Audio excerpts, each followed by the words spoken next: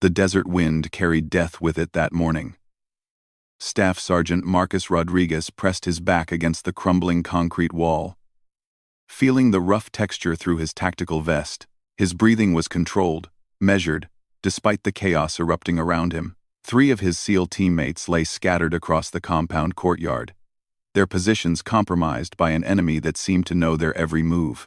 Rodriguez had been a Navy SEAL for 8 years. He had seen combat in Afghanistan, Iraq, and Syria. He thought he had seen everything. But this mission in the remote mountains of eastern Afghanistan was different. The intelligence had been wrong. What was supposed to be a simple reconnaissance operation had turned into a nightmare. The compound they were surveying was supposed to be abandoned. Intelligence reports indicated it had been empty for months, but when Rodriguez and his 4-man team approached at dawn, they walked straight into a carefully planned ambush. The enemy had been waiting for them. Lieutenant Jake Morrison, their team leader, was pinned down behind an overturned vehicle about 50 meters away. Rodriguez could see him trying to radio for backup, but the communication equipment had been damaged in the initial attack. Blood was seeping through Morrison's sleeve where shrapnel had caught him. Petty Officer First Class David Chen was trapped behind a low stone wall on the opposite side of the courtyard. His rifle had been knocked from his hands when the first explosion went off. Now he was armed only with his sidearm, and Rodriguez could see the enemy fighters moving closer to his position. The 4th member of their team, Petty Officer Second Class Tommy Williams, was the most exposed. He had been caught in the open when the shooting started, and had taken cover behind a small pile of debris. It wasn't much protection, and Rodriguez knew Williams wouldn't last long there. The enemy fire was coming from multiple directions. Rodriguez counted at least 6 different muzzle flashes from the buildings surrounding the courtyard. The fighters were well positioned and disciplined. They weren't the usual insurgents the SEALs had faced before. These men were trained, organized, and they had planned this ambush carefully. Rodriguez checked his ammunition. He had 2 full magazines left, plus the one in his rifle. Not much for a prolonged firefight. His radio crackled with static, but no clear communication was getting through. They were on their own. The mission had started 12 hours earlier at Forward Operating Base Chapman. Rodriguez remembered the briefing clearly. Their intelligence officer, Captain Sarah Mitchell, had spread the satellite photos across the table in the operations tent. The compound was isolated, built into the side of a mountain about 15 kilometers from the Pakistani border. Latest intel suggests this facility was used for weapons storage by Taliban forces, Captain Mitchell had explained, pointing to the various buildings visible in the photos. It's been quiet for 3 months. No movement, no radio chatter, nothing. We need eyes on target to confirm it's truly abandoned before the demolition team moves in. It was supposed to be routine. Get in, observe, confirm the compound was empty, and get out. The SEALs would approach on foot under cover of darkness, set up observation posts, and watch the compound for 24 hours. If nothing moved, they would signal the all clear, and extraction helicopters would pick them up. Rodriguez had felt uneasy during the briefing, though he couldn't put his finger on why. Maybe it was the way Captain Mitchell avoided eye contact when she discussed the intelligence sources. Maybe it was the fact that this compound had supposedly been abandoned right when coalition forces were increasing pressure on Taliban supply lines in the region. But orders were orders, and Rodriguez trusted his team. They had worked together for 2 years and had completed dozens of successful operations. Morrison was a solid leader who never took unnecessary risks. Chen was the best communications specialist Rodriguez had ever worked with. Williams, despite being the youngest member of the team, was an excellent marksman and had nerves of steel. The insertion had gone smoothly. The helicopter had dropped them at a landing zone, 5 kilometers from the target, just after midnight. They had moved through the rocky terrain in complete silence, using night vision equipment to navigate the treacherous mountain paths. By 0400 hours, they were in position overlooking the compound. Everything had looked normal through their scopes. The buildings were dark and quiet. There were no guards, no vehicles, no signs of recent activity. Rodriguez had started to relax, thinking maybe the intelligence was accurate for once. They had established observation posts on 3 sides of the compound, and settled in to watch and wait. Chen had set up his communications equipment and established contact with base. Morrison had positioned himself where he could observe the main entrance. Williams had taken the high ground, giving him overwatch of the entire area. Rodriguez had been assigned to watch the back of the compound, where a narrow path led up the mountain toward the Pakistani border. It was the most likely escape route if anyone was hiding inside the buildings. For 3 hours, nothing happened. The compound remained silent and dark. Rodriguez was beginning to think they would complete the mission without incident when Chen's voice crackled over the radio. "Movement in Building 3, Chen had whispered. "Single heat signature, moving toward the north wall." Rodriguez had adjusted his scope and focused on the building Chen had indicated. For several minutes, he saw nothing. Then, just as he was about to radio back, he caught a glimpse of something that made his blood run cold. A muzzle flash. Then another. Not from inside the building, but from positions around the courtyard that should have been empty. "Ambush!" Rodriguez had shouted into his radio, but it was too late. The enemy had been waiting for them to get into position. They had used the single man in the building as bait, knowing the SEALs would focus their attention there, while fighters moved into position around them. The first explosion had been an RPG round that struck near Williams' position. The blast had knocked him down and damaged their radio equipment. Then automatic weapons fire had erupted from 6 different positions around the compound. Rodriguez had immediately moved to find better cover, but his teammates were already pinned down. The enemy had planned this perfectly. They knew exactly where the SEALs would position themselves, and they had prepared accordingly. Now, pressed against the concrete wall, with enemy rounds chipping away at the corner above his head, Rodriguez tried to assess their options. The situation was desperate, but not hopeless. They were SEALs, trained to fight their way out of impossible situations. He needed to reach Williams first. The young SEAL was the most exposed and wouldn't last much longer behind his minimal cover, but to reach him, Rodriguez would have to cross 15 meters of open ground, while under fire from multiple positions. Rodriguez took a deep breath and prepared to move. As he did, he heard something that made him pause. In the distance, barely audible over the sound of gunfire, came the sound of helicopter rotors. But these weren't coalition helicopters coming to rescue them. The sound was different, heavier. These were enemy aircraft, probably bringing in reinforcements. Rodriguez realized their situation had just gotten much worse. They were outnumbered, outgunned, and now the enemy was bringing in additional forces. Without working communications, they couldn't call for backup or extraction. He looked across the courtyard at his teammates. Morrison was still trying to fix their radio while returning fire. Chen was conserving ammunition, taking careful shots when he had clear targets. Williams was barely visible behind his pile of debris, but Rodriguez could see he was wounded. The enemy fire was intensifying. Rodriguez could hear voices shouting in Pashto, coordinating their attack. Soon they would start moving in closer. And when they did, the SEALs would be overwhelmed. Rodriguez had to make a decision. He could stay in his relatively safe position and hope for a miracle, or he could take action to save his teammates, even if it meant exposing himself to enemy fire. The choice was easy for a SEAL. Rodriguez checked his weapon one more time, said a quick prayer, and prepared to fight his way across the courtyard to reach Williams. But as he prepared to move, something unexpected happened. A single rifle shot rang out from somewhere high above the compound, and one of the enemy muzzle flashes went dark. Then another shot, and another enemy position fell silent. Rodriguez froze, trying to understand what was happening. Someone else was in the fight, someone the enemy hadn't planned for. But who? The sniper fire was incredibly accurate and came from an elevated position Rodriguez hadn't noticed before. Each shot found its target with surgical precision.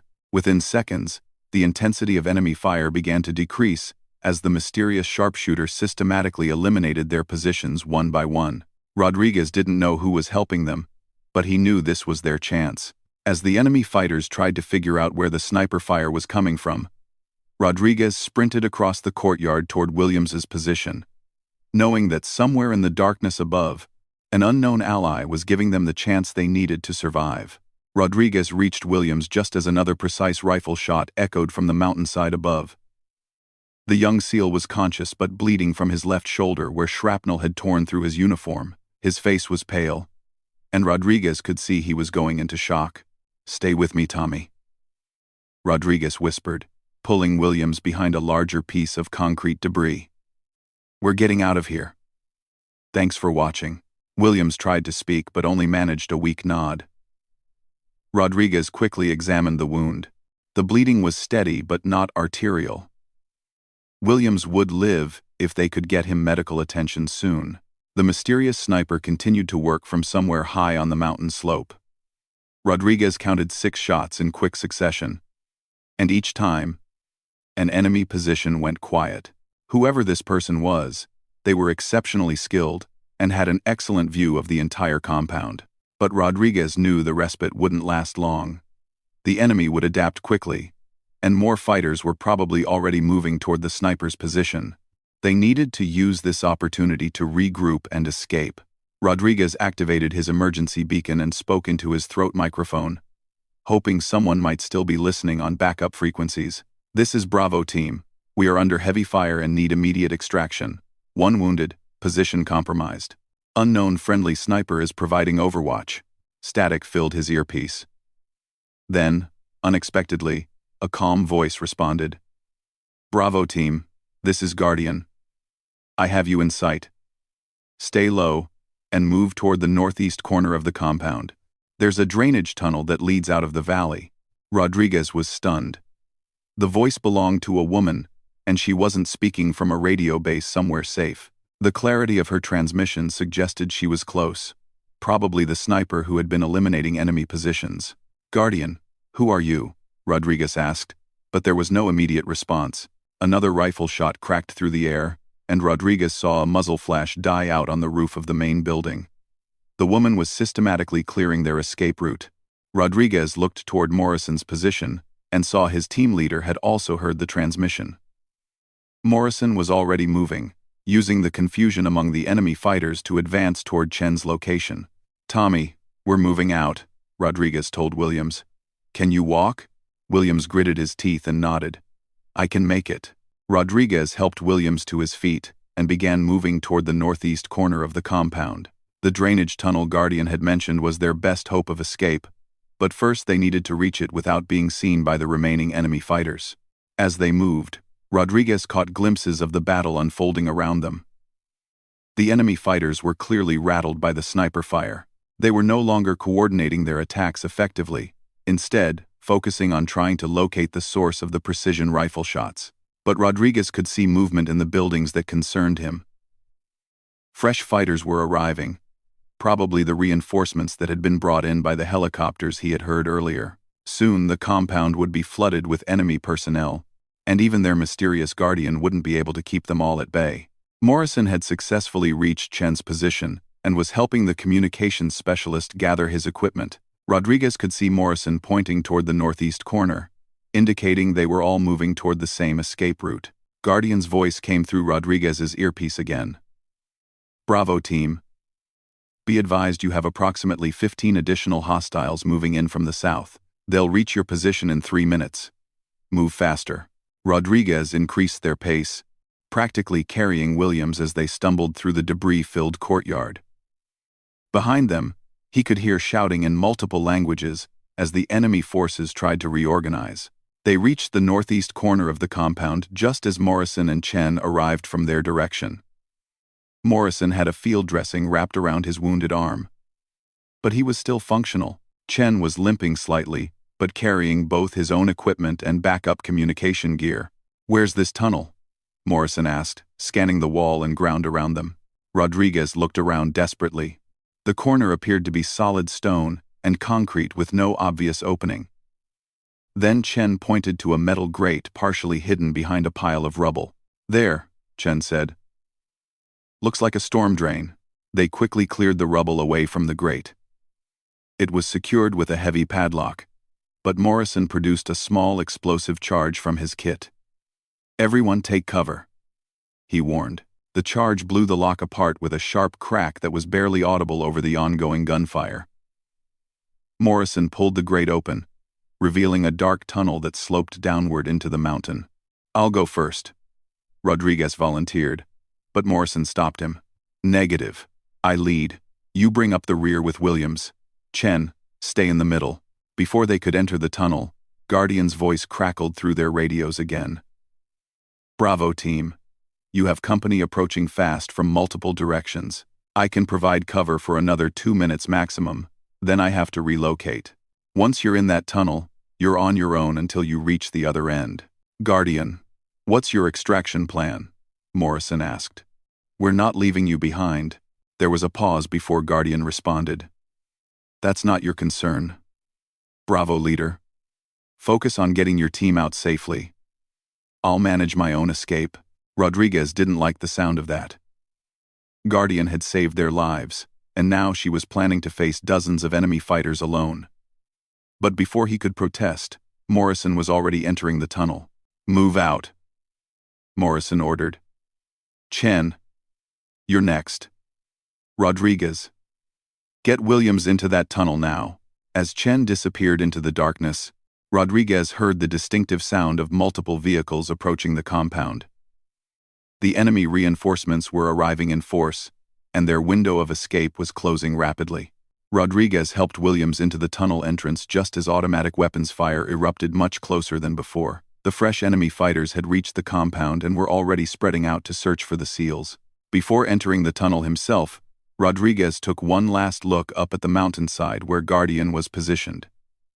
He couldn't see her, but he caught a muzzle flash from what appeared to be an almost impossible shooting position high on a rocky cliff face. Another enemy fighter fell, but Rodriguez could see at least a dozen more moving toward Guardian's general location. She was about to be overwhelmed, and there was nothing he could do to help her. "Rodriguez, move!" Morrison's voice echoed from inside the tunnel. Rodriguez squeezed through the tunnel entrance and pulled the grate closed behind him. The tunnel was narrow and dark, barely wide enough for a man to crawl through. The sound of gunfire became muffled as they moved deeper underground. Behind them, Rodriguez could hear voices shouting as the enemy fighters discovered their escape route. But the tunnel was too narrow for more than one person to follow at a time, and Morrison had left a small explosive charge just inside the entrance. If anyone tried to pursue them, they would get an unpleasant surprise. The tunnel seemed to go on forever. Rodriguez's knees were scraped raw from crawling on the rough stone, and Williams was struggling with his wounded shoulder.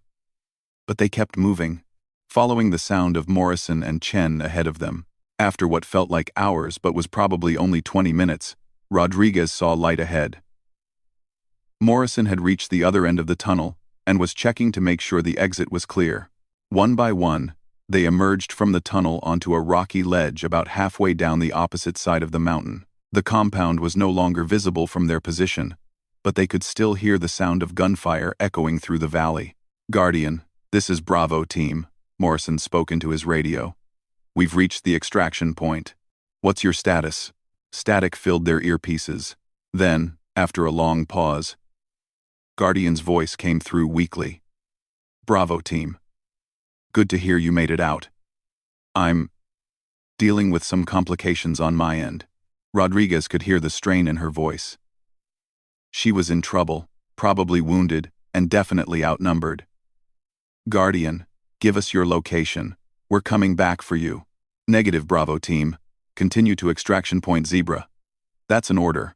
Morrison looked at his teammates. They were all thinking the same thing. Guardian had saved their lives, and now she needed help. But they were also responsible for getting Williams medical attention before he lost too much blood. Before anyone could speak, they heard the sound of helicopters approaching from the south. But these weren't the enemy aircraft they had heard earlier. These rotors had the familiar sound of American Blackhawks. "Bravo team, this is Rescue 6, a voice came through their radios. "We have you on GPS. Landing zone is clear, coming in for pickup." As the rescue helicopters approached their position, Rodriguez looked back toward the mountain where Guardian was still fighting for her life. He made a decision that would affect the rest of the mission. "Morrison," Rodriguez said quietly, "we can't leave her behind." Morrison nodded grimly. I know. But first we get William's medical attention. Then we come back for Guardian. The first helicopter was already landing on the ledge, its downdraft kicking up clouds of dust and debris. As the crew chief helped load Williams onto a stretcher, Rodriguez took one last look toward the compound.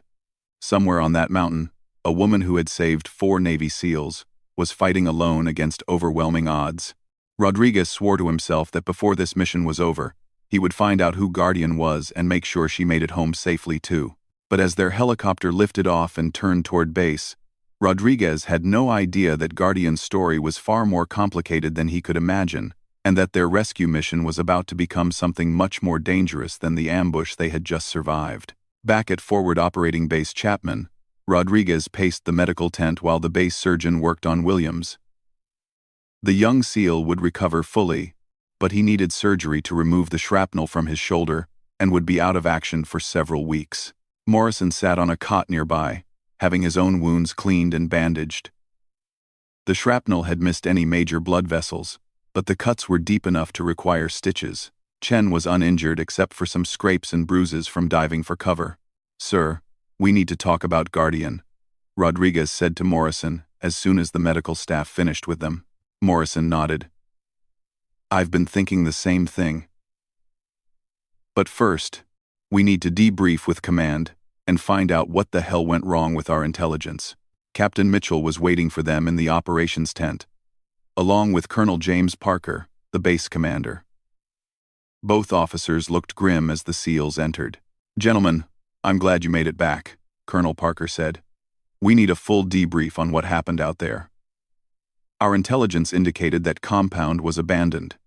Morrison gave a detailed account of the ambush, describing how well-prepared and disciplined the enemy fighters had been. When he mentioned Guardian, Captain Mitchell exchanged a quick glance with Colonel Parker. "This Guardian?" Colonel Parker asked. "You're certain it was a woman's voice?" "Absolutely certain," Morrison replied. "She had American accent, military bearing in her speech patterns, and her marksmanship was exceptional. Professional level." Captain Mitchell cleared her throat. "Gentlemen, what I'm about to tell you is classified above your current clearance level. But given what happened today, you need to know." She spread a different set of photographs across the table. These weren't satellite images, but reconnaissance photos taken from ground level. They showed the same compound, but these pictures had been taken recently, not months ago. "The compound wasn't abandoned," Captain Mitchell explained. "We knew it was occupied by high-value targets from a terrorist training network. Your mission wasn't just reconnaissance. You were bait." Rodriguez felt his blood pressure rising. "Bait?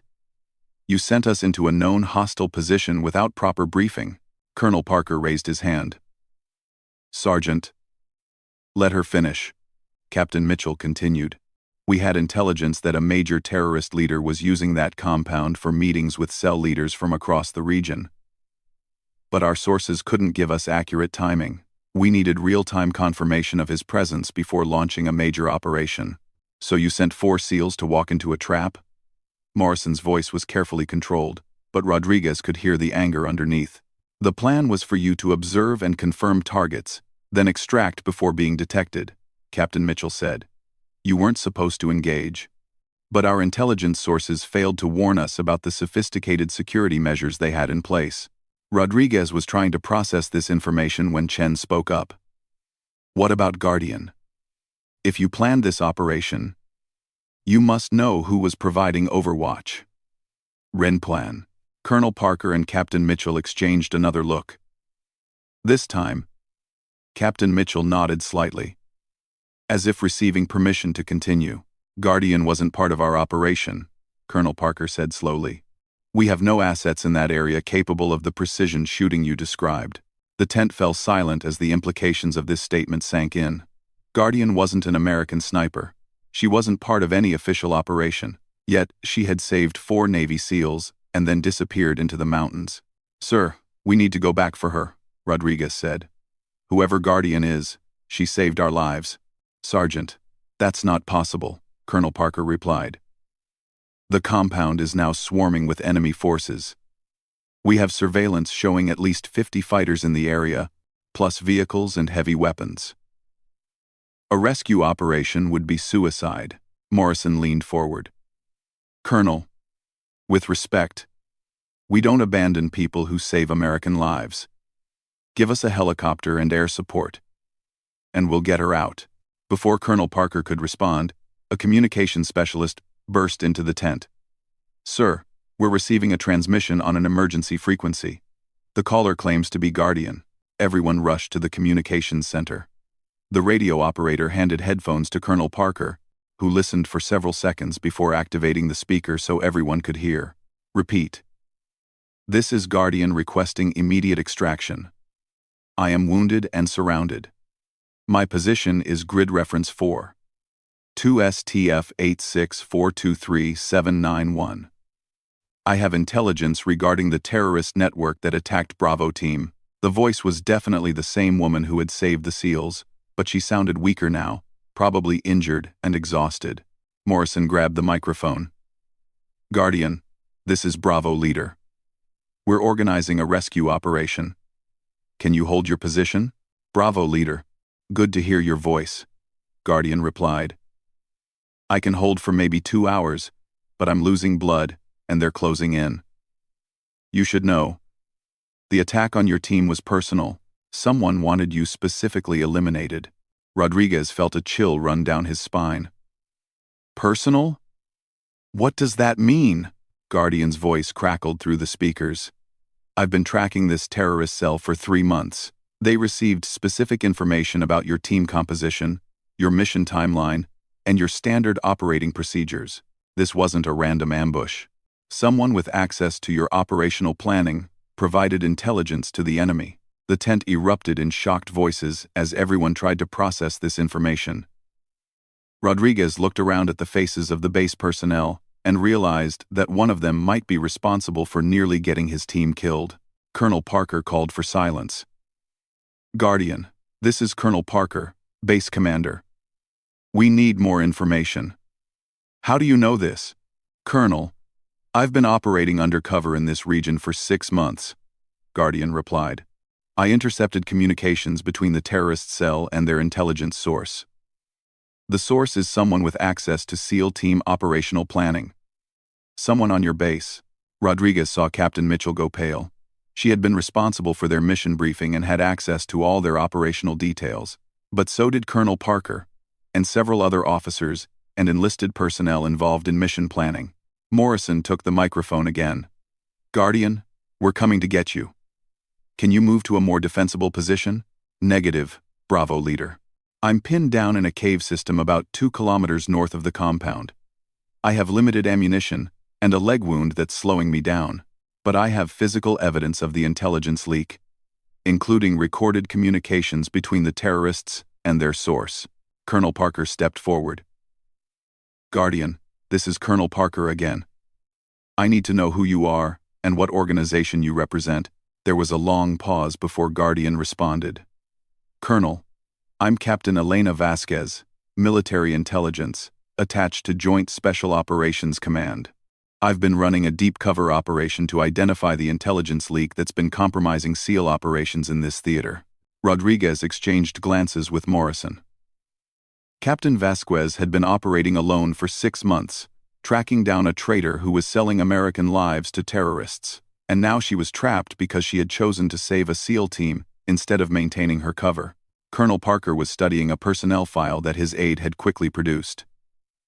Captain Vasquez, your records show you as killed in action 3 months ago in a helicopter crash. That was necessary cover for my operation, sir. I've been presumed dead while investigating the intelligence leak, but when I saw Bravo Team walking into that ambush this morning, I couldn't maintain my cover and watch American soldiers die. Morrison grabbed the microphone. Captain, we're coming for you. What's your tactical situation? I'm in a defensive position with good fields of fire. But they're bringing up heavy weapons. RPGs and possibly mortars. I estimate 40 to 50 fighters converging on my position. You'll need air support, and a significant ground force to extract me. Colonel Parker studied the tactical map. Captain Vasquez, we can have helicopters in your area in 90 minutes. But ground support will take at least 4 hours. I don't have 4 hours, Colonel, maybe 2 at the outside. Rodriguez stepped forward. Sir, request permission to lead a rescue team. We know the terrain, and we owe Captain Vasquez our lives. Colonel Parker looked at Morrison. Lieutenant, your team just survived an ambush. You're in no condition for another combat operation. Morrison straightened up despite his bandaged arm.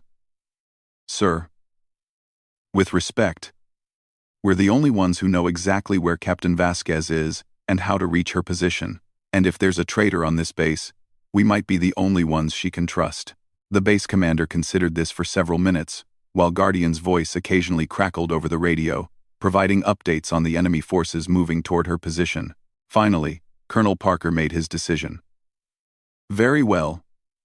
Morrison, you'll lead a 4-man rescue team. Rodriguez and Chen are approved to participate. I'll assign 1 additional special operations soldier. You'll have helicopter support and air cover. But this is a quick in and out operation, no extended ground combat. As the team began preparing for the rescue mission, Rodriguez couldn't shake the feeling that they were walking into another carefully planned trap. If there really was a traitor on the base, that person would know about the rescue operation and could warn the terrorists. But Rodriguez also knew they couldn't abandon Captain Vasquez. She had risked everything to save his team, and now she was trapped because of that decision. Whatever the risks, they had to try to get her out. As Rodriguez checked his weapons and equipment, he wondered what else Captain Vasquez had discovered during her 6 months undercover. If she had evidence of who was betraying American operations, that information was worth any risk to recover. But first, they had to reach her alive. And Rodriguez suspected the enemy would be ready for them this time too. The rescue team assembled in the helicopter hangar as dusk approached. Rodriguez, Morrison, and Chen were joined by Master Sergeant Kevin Walsh, a Green Beret with extensive mountain warfare experience. Walsh had volunteered for the mission after hearing about Captain Vasquez's situation. Colonel Parker briefed them on the latest intelligence. Satellite imagery shows approximately 60 enemy fighters now in the area around Captain Vasquez's position. They've brought vehicles and heavy weapons, including what appears to be a mortar team. Rodriguez studied the tactical display showing the mountain terrain around Guardian's location. The cave system she was hiding in was accessible by several different routes, but all of them required crossing open ground under enemy observation. Morrison pointed to a steep approach from the northeast. If we fast rope from helicopters here, we can reach the cave system without crossing the main approach routes, but we'll be landing in rough terrain at night. The helicopters can provide fire support, but they can't loiter long in that area. Colonel Parker explained. Enemy forces have been observed setting up anti-aircraft positions. You'll have maybe 10 minutes of air cover before the helicopters have to withdraw. Chen was reviewing the communication frequencies. Sir, Captain Vasquez hasn't responded to radio calls for the past 20 minutes. Her last transmission indicated enemy forces were within 50 meters of her position. Rodriguez felt his stomach tighten. 20 minutes of radio silence could mean Guardian was already dead or captured. But it could also mean she was maintaining radio silence to avoid detection. Walsh checked the GPS coordinates one more time. The cave system extends for several hundred meters through the mountain. Even if enemy forces find the entrance, she could withdraw deeper into the caves. That works both ways, Morrison noted. If she's deeper in the cave system, it'll be harder for us to find her too. Colonel Parker handed Morrison a sealed envelope. These are Captain Vasquez's authentication codes. If you make contact, verify her identity before revealing your position. We still don't know how the enemy obtained information about your previous mission. As the team performed final equipment checks, Rodriguez noticed unusual activity around the base communications center. Several officers were moving between the operations tent and the communications facility, and there seemed to be more security personnel than normal. Morrison must have noticed the same thing. Colonel, is there something else we should know about? Colonel Parker hesitated before responding. We're implementing additional security protocols based on Captain Vasquez's intelligence about a possible insider threat. Certain personnel have been restricted from accessing operational information until we can investigate further. Rodriguez wondered who had been restricted, but this wasn't the time to ask. The rescue mission was dangerous enough without worrying about whether their operational security had been compromised again. The team boarded the lead helicopter as the sun disappeared behind the mountains. The flight to Guardian's location would take 45 minutes, and they would be operating in complete darkness except for night vision equipment. As the helicopter lifted off, Rodriguez thought about Captain Vasquez alone in those caves, wounded and surrounded by enemy fighters. She had sacrificed her cover, and probably her life to save his team. The least he could do was try to return the favor. The helicopter flew low through the mountain valleys to avoid enemy radar. Rodriguez could see the lights of small villages below, but most of the terrain was empty wilderness. It was easy to hide in this landscape, but also easy to get lost or trapped. 30 minutes into the flight, the pilot's voice crackled through their headphones. "We're picking up radio chatter from enemy forces in the target area. Sounds like they're coordinating a search of the cave system." Morrison activated his throat microphone. "Can you tell if they've found her?" "Negative. The chatter is in multiple languages and heavily coded. But there's definitely increased activity around the target coordinates." Rodriguez checked his weapon for the 10th time and reviewed the mission plan in his head. Land near the cave entrance, locate Captain Vasquez, and extract her to the helicopter landing zone. Simple in concept, but Rodriguez knew that simple plans rarely survived contact with the enemy. Walsh was studying the cave system maps on his tablet. These caves are limestone formations with multiple chambers and passages. If Captain Vasquez has moved deep into the system, we could be looking for her for hours. "She knows we're coming," Chen pointed out. "If she can, she'll try to get as close to the entrance as possible." Morrison was monitoring multiple radio frequencies, listening for any sign of communication from Guardian. Still no contact. Either her radio is down, or she's maintaining strict silence. As they approached the target area, Rodriguez could see muzzle flashes in the distance. Someone was still fighting, which meant Guardian was probably still alive. But the enemy forces were definitely closing in on her position. The helicopter pilot's voice became more urgent. "I'm seeing anti-aircraft positions being set up. We need to get you on the ground fast and get out of here." Morrison gave the signal to prepare for fast rope insertion. The helicopter would hover over the landing zone for just long enough for the team to slide down the ropes, then immediately withdraw to a safe distance. Rodriguez attached his harness to the rope and prepared to descend into the darkness. Below, he could see the rocky terrain around the cave entrance illuminated by the helicopter's infrared searchlight. The moment his boots hit the ground, Rodriguez disconnected from the rope and moved toward the cave entrance with his rifle ready. The helicopter departed immediately, its rotors fading into the distance as the team found themselves alone on the mountainside. Walsh used hand signals to position the team around the cave entrance. There were signs of recent fighting, including spent bullet casings and blast marks on the rocks. But no bodies, which Rodriguez took as a good sign. Morrison tried to establish radio contact with Guardian. "Guardian, this is Bravo Leader. We are at your front door. Please respond." Static filled their earpieces. Then, very faintly, they heard a response. "Bravo Leader. Guardian. I'm approximately 200 meters inside the cave system. Main passage. Be advised, enemy forces entered the caves 10 minutes ago. At least 6 hostiles between your position and mine." Rodriguez felt a mixture of relief and apprehension. Guardian was alive, but they would have to fight their way through enemy forces inside the caves to reach her. Chen activated his night vision equipment and examined the cave entrance. Single passage for the first 50 meters, then it branches into multiple tunnels, perfect place for an ambush. Morrison made the decision. "We go in fast and quiet.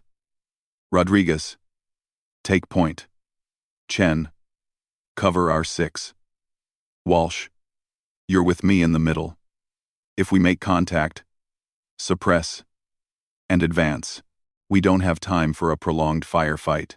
Rodriguez entered the cave with his rifle ready and night vision goggles activated.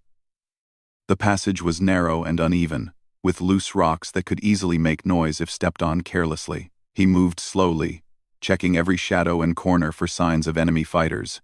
Behind him, he could hear the rest of the team moving with practiced stealth. They had worked together in confined spaces before, and each man knew his role. About 50 meters into the cave, Rodriguez heard voices speaking in Pashto from somewhere ahead. He held up his hand, signaling the team to stop, and listened carefully. At least 2 men, possibly 3, were discussing search patterns for the cave system. Rodriguez used hand signals to communicate what he had heard. Morrison pointed toward a side passage that might allow them to bypass the enemy fighters, but Rodriguez shook his head. The side passage led away from Guardian's reported position. Morrison nodded and signaled for the team to prepare for contact. They would have to eliminate the enemy fighters quickly and quietly to avoid alerting others in the cave system. Rodriguez moved forward slowly until he could see the glow of flashlights around a bend in the passage. 3 enemy fighters were examining footprints in the dirt, trying to determine which direction Guardian had gone. Rodriguez aimed carefully and waited for Morrison's signal. When it came, all 4 SEALs fired simultaneously. The 3 enemy fighters went down without making a sound. As they moved past the bodies, Chen whispered into his radio. "Guardian, we've neutralized 3 hostiles in the main passage. What's your exact position?" Guardian's voice was weaker now, but still clear. "Follow the main passage for another 100 meters. I'm in a large chamber on the right side. Be careful. I can hear movement from multiple directions. They're trying to surround my position." Rodriguez increased his pace, knowing that time was running out. If enemy forces were converging on Guardian's chamber from multiple directions, they needed to reach her before she was overwhelmed. As they moved deeper into the cave system, Rodriguez began to hear the sounds of a firefight ahead. Guardian was engaging enemy forces, which meant the situation was deteriorating rapidly. They reached the large chamber just as Guardian's rifle fell silent. Rodriguez feared the worst, but as they entered the chamber, he saw muzzle flashes from a defensive position among some large rock formations. "Guardian, this is Bravo Team," Morrison called out. "We're coming in from the main entrance." "Copy that, Bravo Leader," came the reply. "I have 3 hostiles pinned down in the northeast corner, but more are coming through the back passage." Rodriguez could see the tactical situation clearly now. Guardian was trapped in a defensive position with enemy forces approaching from 2 directions. The rescue team needed to act fast to prevent her from being overrun, but as Rodriguez prepared to engage the enemy fighters, he heard something that made his blood run cold. The sound of multiple vehicles approaching the cave entrance behind them. More enemy reinforcements were arriving, and the rescue team was about to be trapped in the same cave system they had come to escape from. Rodriguez made a split-second decision that would determine whether they all lived or died. Instead of engaging the enemy fighters in Guardian's chamber, he turned back toward the cave entrance to establish a defensive position against the approaching reinforcements. "Walsh, with me," Rodriguez called out. "Morrison, Chen, get Guardian and find us another way out of here." Master Sergeant Walsh immediately understood the situation and followed Rodriguez back through the cave passage. Behind them, they could hear Morrison and Chen engaging the enemy fighters who had Guardian pinned down. Rodriguez and Walsh reached a narrow section of the cave just as the first enemy fighters entered from outside. The confined space worked in their favor, limiting how many attackers could advance at once. Rodriguez's first shots dropped 2 fighters who were silhouetted against the cave entrance. Walsh took position on the opposite side of the passage and engaged targets with precise single shots, conserving ammunition for what was clearly going to be a prolonged fight. From deeper in the cave, Rodriguez heard Morrison's voice on the radio. "Guardian secured. She's wounded but mobile. Looking for alternate exit routes."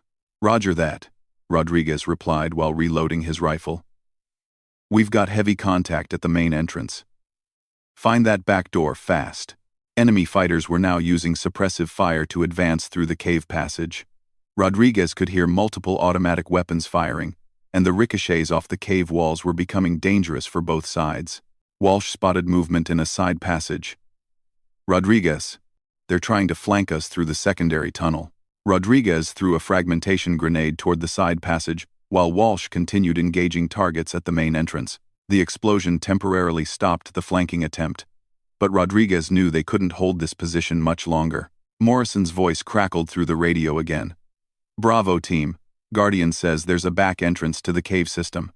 It exits about 500 meters north of here, but it's a difficult climb. Any exit is better than no exit," Rodriguez replied, firing at another group of advancing fighters. "How long to reach it?" 20 minutes if Guardian can keep up with her injuries." Rodriguez looked at Walsh, who was down to his last magazine. 20 minutes might be optimistic," Walsh said grimly. Rodriguez was about to respond when he heard helicopter rotors approaching from outside the cave. For a moment, he hoped their air support had returned, but the sound was wrong. These were enemy helicopters, probably bringing in even more fighters. "All teams, be advised we have enemy air assets approaching." Rodriguez transmitted. "Our situation just got a lot worse." But then something unexpected happened.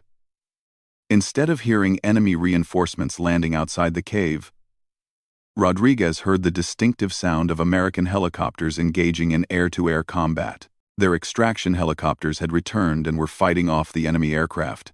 Over the radio, they heard the voice of their helicopter pilot.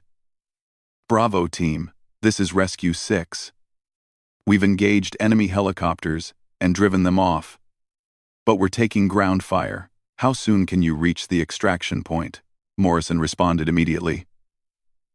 "Rescue 6. We're using alternate exit route. Give us coordinates for new pickup point." While Morrison coordinated with the helicopter pilot, Rodriguez and Walsh continued their fighting retreat through the cave system. Enemy fighters were now advancing from multiple directions, but the narrow passages prevented them from bringing their superior numbers to bear effectively.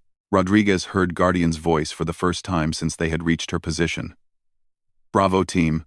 This is Guardian. The back exit leads to a ledge about 50 meters above a mountain stream. Steep descent, but manageable with ropes." "Guardian, what's your condition?" Rodriguez asked while engaging more targets. "Leg wound is slowing me down, but I can make it. More importantly, I have the intelligence we came for. Recording device with communications between the terrorist cell and their source. On your base." Rodriguez and Walsh reached the large chamber where Morrison and Chen had found Guardian. Captain Elena Vasquez was a small woman in her early 30s, wearing civilian clothes and carrying a sniper rifle that was almost as big as she was. Her left leg was wrapped in a field, dressing, and she was pale from blood loss. But her eyes were alert and determined. "Captain, good to finally meet you face to face," Rodriguez said while checking her wounds. "Likewise, Sergeant, though I wish it were under better circumstances." Morrison had found the back passage Guardian had mentioned. It was even narrower than the main cave, barely wide enough for one person at a time. But Rodriguez could feel air movement, which confirmed it led to an outside exit. "Chen, you take point," Morrison ordered. "Guardian, you're next. Rodriguez and Walsh will cover our withdrawal." As they began moving through the back passage, Rodriguez could hear enemy forces getting closer to their position. But he also heard something else that gave him hope: the sound of explosions from the main cave entrance. Their helicopter pilot was providing fire support, buying them precious time to escape. The back passage seemed to go on forever, twisting and turning through the mountain. Guardian moved slowly but steadily despite her injuries, and Rodriguez could hear her breathing becoming more labored as they climbed toward the exit. Finally, Chen's voice came from ahead. "I can see daylight. Exit is clear." One by one, they emerged onto a narrow ledge, high on the mountainside. Below them, a stream rushed through a rocky gorge. It was a long way down, but there were enough rock formations to allow a controlled descent with ropes. Morrison was already on the radio with their helicopter pilot. "Rescue 6. We're at the back exit. Can you reach coordinates?" He read off their GPS position. "Bravo, team. That's a negative," the pilot responded. "Ground fire is too heavy from that area. We need you to move to alternate extraction point Alpha, approximately 1 kilometer northeast of your position." Rodriguez looked at Guardian, who was sitting on the rocks breathing heavily. Moving another kilometer through hostile territory with a wounded person was going to be extremely difficult, but Guardian surprised him by standing up and checking her rifle. "Gentlemen, I've been running through these mountains for 6 months. 1 more kilometer isn't going to stop me now." Rodriguez helped her adjust the field dressing on her leg wound. "Captain, you've lost a lot of blood. Are you sure you can make it?" Guardian managed a tired smile. "Sergeant, I've got information that could save a lot of American lives. I'm making it to that extraction point, even if I have to crawl." As they prepared to descend from the ledge, Rodriguez heard Guardian's radio crackling with an incoming transmission. She activated the speaker so everyone could hear. "Guardian, this is Base Command. Be advised, we've identified and arrested the individual responsible for the intelligence leak. Major Frank Stevens, S2 Operations Officer, was caught transmitting your team's coordinates to enemy forces." Rodriguez felt a mixture of anger and relief. Major Stevens had been responsible for approving their original mission and had access to all their operational details. He had nearly gotten them all killed and had compromised other operations as well. "Guardian, this is Colonel Parker." The radio transmission continued. "Outstanding work on the investigation. We'll debrief fully when you return. But for now, focus on getting home safely." As they began rappelling down the cliff face toward the stream below, Rodriguez reflected on everything that had happened in the past 24 hours. They had survived an ambush, discovered a traitor in their own ranks, and rescued a military intelligence officer who had been operating undercover for 6 months. But most importantly, they had learned that sometimes help comes from unexpected places. Captain Elena Vasquez had risked everything to save his team, and in doing so, had exposed a conspiracy that could have cost many more American lives. The descent took 30 minutes, with Guardian moving carefully but steadily despite her injuries. When they reached the bottom of the gorge, they could hear helicopter rotors approaching from the northeast. "Rescue 6 inbound to Extraction Point Alpha." The pilot's voice came through their radios. "Ground fire has been suppressed. Landing zone is secure." As they moved through the rocky terrain toward the extraction point, Rodriguez stayed close to Guardian in case she needed assistance. But the captain kept pace with the team, her determination overcoming her physical limitations. When they finally reached the clearing where their helicopter was landing, Rodriguez felt a sense of relief he had rarely experienced in 8 years as a SEAL. They had completed an impossible mission and brought everyone home alive. As Guardian was helped aboard the helicopter for medical attention, she handed Rodriguez a small recording device. "Sergeant, this contains everything we need to prevent future intelligence leaks. Major Stevens wasn't working alone, and there may be other compromised personnel." Rodriguez secured the device in his tactical vest. The mission was finally over. But he knew the investigation into the intelligence leak was just beginning. At least now they had the evidence they needed to protect other American soldiers from betrayal. As their helicopter lifted off and headed back to base, Rodriguez looked down at the mountain where they had nearly lost their lives. Somewhere in those caves, enemy fighters were probably still searching for the Americans who had slipped through their fingers. But Rodriguez knew that Captain Elena Vasquez had achieved something more important than just escaping. She had exposed a network of traitors and terrorists that threatened every American soldier in the region. Her courage and sacrifice had made the difference between mission success and catastrophic failure. And as Rodriguez watched the sun rise over the Afghan mountains, he realized that sometimes the most important battles are fought not against foreign enemies, but against the betrayal of trust that comes from within. Guardian had taught them that even in the darkest moments, when help seems impossible, there are still people willing to risk everything to do what's right. The recording device in Rodriguez's vest contained the evidence that would bring down an entire terrorist network and the traitors who supported them. But more importantly, it represented proof that courage and honor still mattered, even in a war where the lines between friend and enemy had become dangerously blurred. As they flew back towards safety, Rodriguez knew that Captain Elena Vasquez would always be remembered, not just as Guardian, the mysterious sniper who saved their lives, but as a soldier who chose duty and honor over personal safety. In a world full of betrayal and deception, she had shown them that some people could still be trusted completely. The mission was over, But Rodriguez suspected that the story of Guardian would be told and retold for years to come, inspiring other soldiers to choose courage when faced with impossible odds. Sometimes, he reflected, that's all it takes to change the outcome of a war.